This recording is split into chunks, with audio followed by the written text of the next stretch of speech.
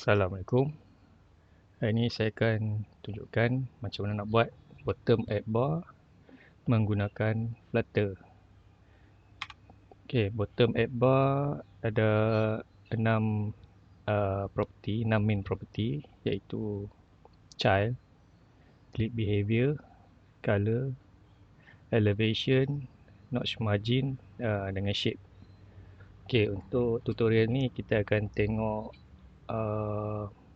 color, child dengan shape kalau sempat. Okay, so mula-mula kita akan buat file baru. Kita namakan exercise term app bar import material package, buat stateful widget dengan nama exercise bottom app bar. Okay, untuk widget dia kita pakai scaffold, body pakai container. Okay, container ni kita bagi color grey. Okay, save. Okay, jangan lupa tukar dekat main.dat. Main file kita exercise bottom app bar. Exercise bottom app bar. Okay, save. Okay. Lepas tu kita sambung kita mula buat bottom app bar. Masuk bottom navigation bar, bottom app bar. Okay, first property kita letak child. Child boleh ada multiple widget. Untuk tutorial ni kita pakai row. Okay, children. Okay, dalam row ni kita letak icon, button,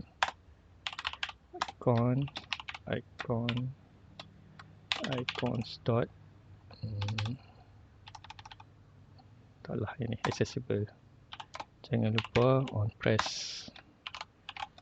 Okay, save, tengok apa jadi. Okay, kita dah ada first button untuk bottom app bar.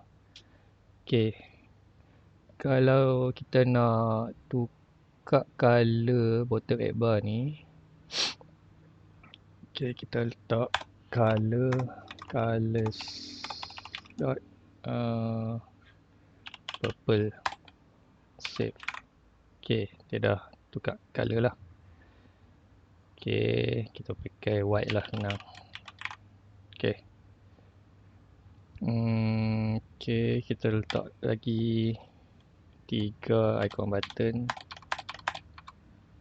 save.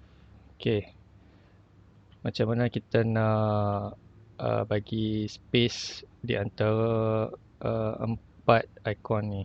Jadinya sebab kita pakai row, kita boleh pakai make exist alignment space between, save. Okay, dia dah bagi jarak lah antara ke-4 icon ni. Okay, kalau kita nak ubah height app bar ni, kita letak row dalam container. Kita bagi height kata 70, save. Okay, jadinya dia dah ubah lah height dia bagi tinggi. Icon ni pun boleh kita ubah size. By default size dia adalah 24.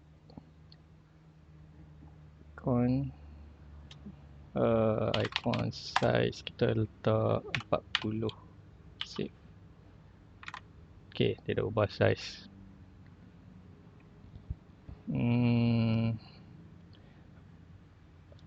Apa lagi? Okay, kalau kita nak buat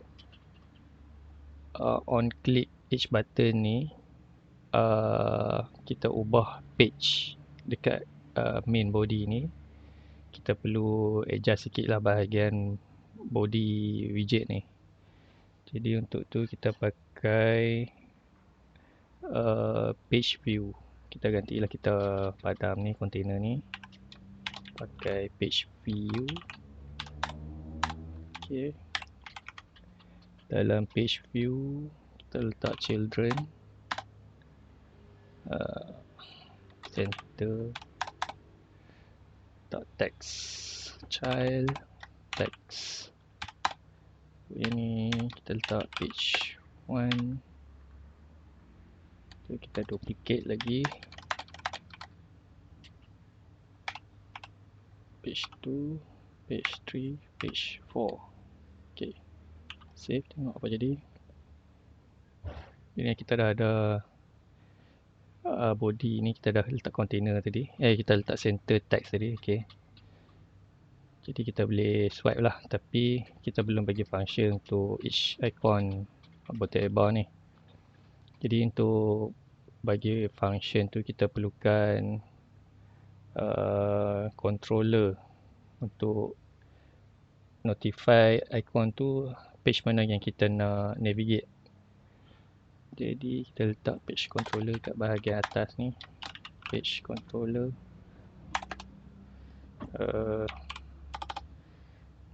test page sama dengan page controller. Jadi page controller ni dia perlu define initial page manalah kita nak start. Jadi rasanya by default dia letak kosong, first page. Okay, dan dalam body kita define lah dia punya controller, test page. Okay, kita ambil balik controller, page controller ni letak dekat dalam page view ni. Okay, lepas tu kita buat function untuk icon button ni lah, untuk navigate page mana satu. Jadinya kita guna set state test page dot jump to page. Tu yang ni kita based on page index, macam array lah, start daripada kosong. Okay, so kita copy untuk semua icon yang lain. Ni page 1,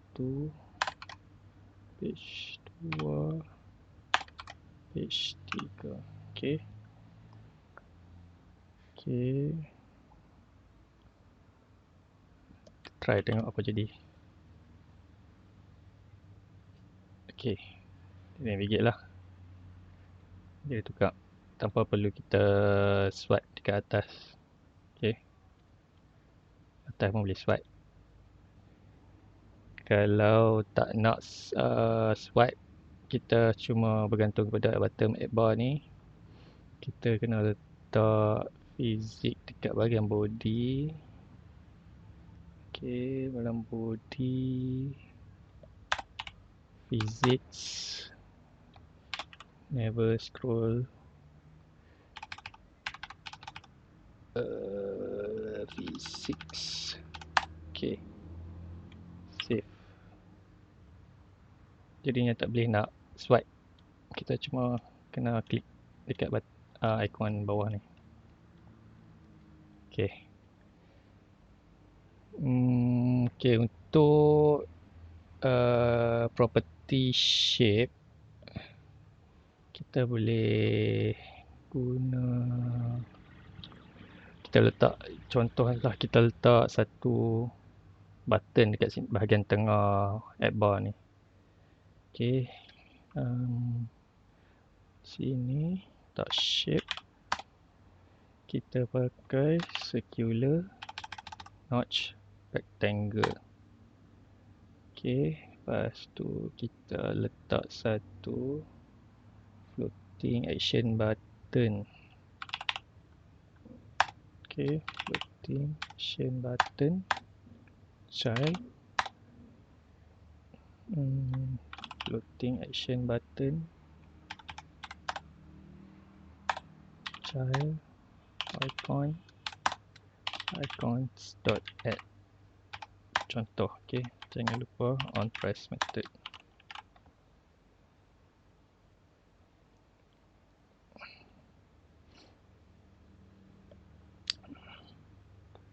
Oh, silap tempat. Child. Floating action button. Oh, salah. Kita buang terlebih. Okay, save. Okay, sekarang ni kita nak letak dia dekat dia floating dekat sini. Okay, dekat sini bawah shape ni kita letak bukan, dekat scaffold. Okay, floating location, floating action button location dot, ni ada beberapa ni lah kedudukan yang kita boleh set. Kita letak center float, save. Oh, silap, center float itu center dock.